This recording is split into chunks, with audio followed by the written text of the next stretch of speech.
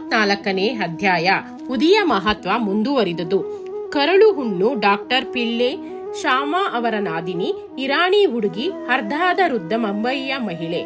ಉದಿಯು ಎಷ್ಟು ಗುಣಕಾರಕ ವಸ್ತು ಎಂಬುದನ್ನು ಈ ಅಧ್ಯಾಯದಲ್ಲೇ ಮತ್ತೆ ವಿವರಿಸಲಾಗಿದೆ. ಕರುಳು ಹುಣ್ಣು. ನಾಸಿಕ ಜಿಲ್ಲೆಯ ಮಾಲೆಂಗಾವದಲ್ಲಿ ಪದವೀಧರರಾದ ಡಾಕ್ಟರರೊಬ್ಬರಿದ್ದರು. ಅವರು ತಂಗಿಯ ಮಗನು ಕರುಳು ಹುಣ್ಣಿನ ರೋಗದಿಂದ ನರಳುತ್ತಿದ್ದನು. ಡಾಕ್ಟರರು ಮತ್ತು ಇತರರು ವೈದ್ಯರು ಅನೇಕ ತರದ ಔಷಧಿಗಳನ್ನು ಕೊಟ್ಟರೂ ಅವನಿಗೆ ಶಸ್ತ್ರಚಿಕಿತ್ಸೆ ಸಹ ಆಯಿತು. ಗುಣ ಕಂಡುಬರಲಿಲ್ಲ. ಎಲ್ಲಾ ರೋಗಗಳನ್ನು ತಮ್ಮ ದೃಷ್ಟಿ ಮಾತ್ರದಿಂದಲೇ ಗುಣಪಡಿಸಬಲ್ಲ ಶ್ರೀ ಸಾಯಿಬಾಬಾ ಅವರ ಬಳಿಗೆ ಹೋಗಲು ಅವರ ಕೆಲವು ಸ್ನೇಹಿತರು ಸಲಹೆ ನೀಡಿದರು. ಆದುದರಿಂದ ಅವರ ತಮ್ಮ ಪತ್ನಿ ಮತ್ತು ಮಗನೊಂದಿಗೆ ಶಿರಡಿಗೆ ಬಂದರು. ಮಗನನ್ನು ಬಾಬಾ ಅವರ ಚರಣಾರವಿಂದಗಳಲ್ಲಿಟ್ಟು ಪ್ರಾರ್ಥಿಸಿದರು. ಆಗ ದಯಾಮಯರು, ಶಾಂತಿ ಸ್ವರೂಪರೂ ಆದ ಬಾಬಾ ಅವರು ಮಸೀದಿಯಲ್ಲಿ ಶರಣು ಬಂದವರಿಗೆ ಈ ಜನ್ಮದಲ್ಲಿ ಕಷ್ಟ ಬರಲಾರದು. ಈಗ ನೀವು ಕಷ್ಟ ಮುಕ್ತರಾಗುತ್ತೀರಿ. ಈ ಉದಿಯನ್ನು ಹುಡುಗನಿಗೆ ಹಚ್ಚಿರಿ. 1 ವಾರದೊಳಗೆ ಗುಣ ಕಂಡು ಬರುತ್ತದೆ. ಪರಮಾತ್ಮನಲ್ಲಿ ನಂಬಿಕೆ ಇಡಿ. ಇದು ಮಸೀದಿಯಲ್ಲ, ದ್ವಾರಕಾಮಾಯಿ. ಯಾರು ಈ ದ್ವಾರಕಾಮಾಯಿಯಲ್ಲಿ ಕಾಲಿಡುತ್ತಾರೆಯೋ ಅವರ ಕಷ್ಟಗಳೆಲ್ಲವೂ ನಿವಾರಣೆಯಾದಂತೆಯೇ ಎಂದು ಹೇಳಿ ಸಂತೈಸಿದರು. ಮಗನನ್ನು ಬಾಬಾ ಅವರ ಮುಂದೆ ಕೂಡಿಸಿದರು. ಬಾಬಾ ಅವರು ಮಗನಿಗೆ ನೋವಿನ ಜಾಗದಲ್ಲಿ ಕೈ ಆಡಿಸಿ ಅವನ ಕಡೆಗೆ ಪ್ರೀತಿಯ ನೋಟವನ್ನು ಬೀರಿದರು. ಅವನಿಗೆ ಇದರಿಂದ ಸ್ವಲ್ಪ ಗುಣ ಬಂದು ಕೆಲವು ದಿನಗಳ ನಂತರ ಪೂರ್ತಿ ಗುಣವಾಯಿತು. ನಂತರ ಅವರು ಬಾಬಾ ಅವರ ಆಶೀರ್ವಾದ ಪಡೆದು ತಮ್ಮ ಊರಿಗೆ ಹಿಂತಿರುಗಿದರು. ಇದನ್ನು ಕೇಳಿದ ಹುಡುಗನ ಚಿಕ್ಕಪ್ಪನು ಆಶ್ಚರ್ಯಗೊಂಡು ಶಿರಡಿಗೆ ಹೋಗಿ ಬಾಬಾ ಅವರ ದರ್ಶನ ಪಡೆಯಲು ಹೊರಟಿದ್ದರು. ಆದರೆ ಕೆಲವರು ಮಾಲಿಂಗಾವ್ ಮತ್ತು ಮನಮ್ಮಾಡಗಳಲ್ಲಿ ಬಾಬಾ ಅವರ ವಿರುದ್ಧ ಅಪಪ್ರಚಾರ ಮಾಡಿ ಮನಸ್ಸನ್ನು ಕೆಡಿಸಿದರು. ಆದುದರಿಂದ ಶಿರಡಿಗೆ ಹೋಗುವ ತಮ್ಮ ನಿರ್ಣಯವನ್ನು ಬದಲಿಸಿ ಅವರು ನೇರವಾಗಿ ಮುಂಬಯಿಗೆ ಬಂದರು. ಅವರು ರಜಾದಿನಗಳನ್ನು ಆಲಿಭಾಗದಲ್ಲಿ ಕಳೆಯಬೇಕೆಂದು ಇಚ್ಛಿಸಿದರು. ಆದರೆ ಅವರು ಮುಂಬಯಿಯಲ್ಲಿ ತಂಗಿದಾಗ ಸತತವಾಗಿ 3 ದಿನ ರಾತ್ರಿ ಇನ್ನೂ ನನ್ನನ್ನು ನಂಬಲಾರೆಯಾ ಎಂಬ ಧ್ವನಿ ಅವರಿಗೆ ಕೇಳಿಸಿತು. ಆಗ ಅವರು ತಮ್ಮ ಮನಸ್ಸನ್ನು ಬದಲಿಸಿ ಶಿರಡಿಗೆ ಹೊರಡಲು ನಿರ್ಧರಿಸಿದರು. ಆದರೆ ಅಂದು ಅವರು ಬಹಳ ರೋಗದಿಂದ ನರಳುತ್ತಿದ್ದ ಒಬ್ಬ ರೋಗಿಯನ್ನು ಉಪಚರಿಸಬೇಕಾಗಿತ್ತು. ಆದ್ದರಿಂದ ಶಿರಡಿಗೆ ಹೋಗುವುದನ್ನು ಸ್ವಲ್ಪ ಮುಂದೂಡಬೇಕಾಗುವುದು ಎಂದು ಭಾವಿಸಿದರು. ಆಗ ಅವರು ಈ ದಿವಸವೇ ರೋಗಿಗೆ ಗುಣವಾದರೆ ನಾಳೆಯೇ ಶಿರಡಿಗೆ ಹೊರಡುವೆನೆಂದು ನಿರ್ಣಯ ಮಾಡಿಕೊಂಡರು. ಅದೇ ಕ್ಷಣದಲ್ಲಿಯೇ ರೋಗಿಗೆ ಜ್ವರ ಕಡಿಮೆಯಾಗಿ ಸಾಮಾನ್ಯ ಸ್ಥಿತಿಗೆ ಬಂದನು. ಆಗ ತಮ್ಮ ನಿರ್ಧಾರದಂತೆ ಶಿರಡಿಗೆ ಹೊರಟರು. ಮಸೀದಿಯನ್ನು ಪ್ರವೇಶಿಸಿ ಬಾಬಾ ಅವರ ದರ್ಶನ ಪಡೆದು ನಮಸ್ಕಾರ ಮಾಡಿದರು. ಅಲ್ಲಿ ಅವರು 4 ದಿನ ಇದ್ದು ನಂತರ ಬಾಬಾ ಅವರ ಉದಿಯನ್ನು ಆಶೀರ್ವಾದವನ್ನು ಪಡೆದು ಹಿಂತಿರುಗಿದರು. ಅಲ್ಲಿಂದ ಬಂದ 15 ದಿನಗಳಲ್ಲಿಯೇ ಅವರಿಗೆ ವಿಜಾಪುರಕ್ಕೆ ಮೇಲಿನ ಹುದ್ದೆಗೆ ವರ್ಗವಾಯಿತು. ಈ ರೀತಿ ಅವರಿಗೆ ಬಾಬಾ ಅವರಲ್ಲಿ ಭಕ್ತಿ ನೆಲೆಗೊಂಡಿತ್ತು. ಡಾಕ್ಟರ್ ಪಿಳ್ಳೆಯವರು ಬಾಬಾ ಅವರ ಆತ್ಮೀಯ ಭಕ್ತರಾಗಿದ್ದರು. ಬಾಬಾ ಅವರು ಅವರನ್ನು ಬಹಳವಾಗಿ ಪ್ರೀತಿಸುತ್ತಿದ್ದರು ಮತ್ತು ಅವರಿಗೆ ಬಾಬೂ ಎಂದು ಕರೆಯುತ್ತಿದ್ದರು. ಸಮಸ್ತ ವಿಚಾರಗಳನ್ನು ಅವರೊಡನೆ ಚರ್ಚಿಸುತ್ತಿದ್ದರು ಮತ್ತು ಅವರನ್ನು ಯಾವಾಗಲೂ ತಮ್ಮ ಪಕ್ಕದಲ್ಲಿಯೇ ಕೂಡಿಸಿಕೊಳ್ಳುತ್ತಿದ್ದರು. ಒಮ್ಮೆ ಅವರ ಕಾಲಿಗೆ ನಾರುಗಳಾಗಿ ಬಹಳ ವ್ಯಥೆಯಾಗಿದ್ದಿತು. ವೇದನೆಯಿಂದ ಅವರು ನರಳುತ್ತಿದ್ದರು. ಅವರು ಕಾಕಾ ಸಾಹೇಬರನ್ನು ಕುರಿತು, ನನಗೆ ತಡೆಯಲಾರದಷ್ಟು ನೋವಾಗುತ್ತಿದೆ. ಮರಣವೇ ಲೇಸೆಂದೆನಿಸುತ್ತದೆ. ಇದು ನನ್ನ ಪೂರ್ವ ಜನ್ಮದ ಕರ್ಮಫಲ. ಬಾಬಾ ಅವರ ಹತ್ತಿರ ಹೋಗಿ ಈ ಪೂರ್ವ ಜನ್ಮದ ಕರ್ಮವನ್ನು ಮುಂದಿನ 10 ಜನ್ಮಗಳಿಗೆ ವರ್ಗಾಯಿಸಿ ನೋವನ್ನು ನಿಲ್ಲಿಸಿದರೆಂದು ಕೇಳಿರಿ ಎಂದು ಹೇಳಿದರು. ಆಗ ದೀಕ್ಷಿತರು ಬಾಬಾ ಹತ್ತಿರ ಬಂದು ಪಿಳ್ಳೆಯವರ ಬೇಡಿಕೆಯನ್ನು ತಿಳಿಸಿದರು. ಆಗ ಕರುಣೆಯಿಂದ ಬಾಬಾ ಅವರಿಗೆ ಧೈರ್ಯವಾಗಿ ಇರುವಂತೆ ಹೇಳು. ಮುಂದಿನ 10 ಜನ್ಮಗಳೇಕೆ? ಇನ್ನು ಕೇವಲ 10 ದಿನ ನೋವು ತೊಡೆದರೆ ಸಾಕು. ಪ್ರಾಪಂಚಿಕ ಮತ್ತು ಪಾರಮಾರ್ಥಿಕ ಸುಖಗಳನ್ನು ನೀಡಲು ನಾನಿರುವಾಗ ಅವನು ಏಕೆ ಮರಣವನ್ನು ಇಚ್ಛಿಸಬೇಕು? ಯಾರ ಹೆಗಲಿನ ಮೇಲಾದರೂ ಕೂರಿಸಿ ಅವನು ಇಲ್ಲಿಗೆ ಕರೆದುಕೊಂಡು ಬಾ. ಅವನ ಕಷ್ಟವನ್ನು ನಿವಾರಣೆ ಮಾಡುವೆ ಎಂದು ಹೇಳಿ ಕಳುಹಿಸಿದರು. ಅವರು ಡಾಕ್ಟರ್ ಪಿಳ್ಳೆಯವರನ್ನು ಕರೆತಂದು ಬಾಬಾ ಅವರ ಬಳಿ ಕೂಡಿಸಿದರು. ಆಗ ಬಾಬಾ ಅವರು ಅವರಿಗೆ ತಮ್ಮ ಒರಗುವ ದಿಂಬನ್ನು ಕೊಟ್ಟು, ಶಾಂತಿಯಿಂದ ಇಲ್ಲಿ ಮಲಗು. ಪೂರ್ವಜನ್ಮದ ಕರ್ಮಫಲವನ್ನು ಅನುಭವಿಸಿ ಮುಗಿಸುವುದೇ ಸೂಕ್ತವಾದ ಚಿಕಿತ್ಸೆ. ನಮ್ಮ ಕರ್ಮಗಳೇ ನಮ್ಮ ಸುಖ ದುಃಖಗಳಿಗೆ ಕಾರಣ. ಏನೇ ಬರಲಿ ತಾಳ್ಮೆಯಿಂದ ಸಹಿಸಬೇಕು. ಎದೆಗುಂದಬಾರದು. ದೇವರು ದೊಡ್ಡವನು, ಅವನನ್ನು ಅನವರತವೂ ಧ್ಯಾನಿಸುತ್ತಿರು. ಅವನು ನಿನ್ನ ಯೋಗಕ್ಷೇಮವನ್ನು ನೋಡಿಕೊಳ್ಳುತ್ತಾನೆ.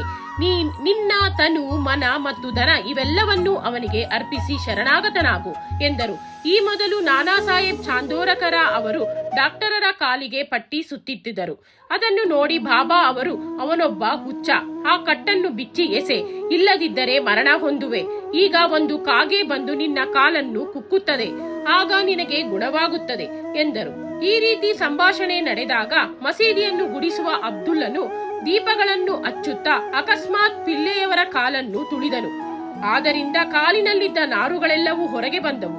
ಡಾಕ್ಟರ್ ಪಿಳ್ಳೆ ನೋವು ತಡೆಯಲಾಗದೆ ಕೂಗಿಕೊಂಡರು. ಸ್ವಲ್ಪ ಹೊತ್ತಿನ ಮೇಲೆ ಅವರು ಒಮ್ಮೆ ಹಾಡುವುದನ್ನು, ಒಮ್ಮೆ ಅಳುವುದನ್ನು ಆರಂಭ ಮಾಡಿದರು. ಆಗ ಬಾಬಾ ಅವರು, ನೋಡು, ಬಾವುವಿಗೆ ಗುಣವಾಗಿದೆ, ಆಡುತ್ತಿದ್ದಾನೆ ಎಂದರು. ಆಗ ಪಿಳ್ಳೆಯವರು, ಕಾಗೆ ಯಾವಾಗ ಬರುವುದು ಎಂದು ಅಂಜುತ್ತಾ ಕೇಳಲು, ಬಾಬಾ, ಕಾಗೆ ಬಂದಿದ್ದನ್ನು ನೋಡಲಿಲ್ಲವೇ? ಪುನಃ ಬರುವುದಿಲ್ಲ.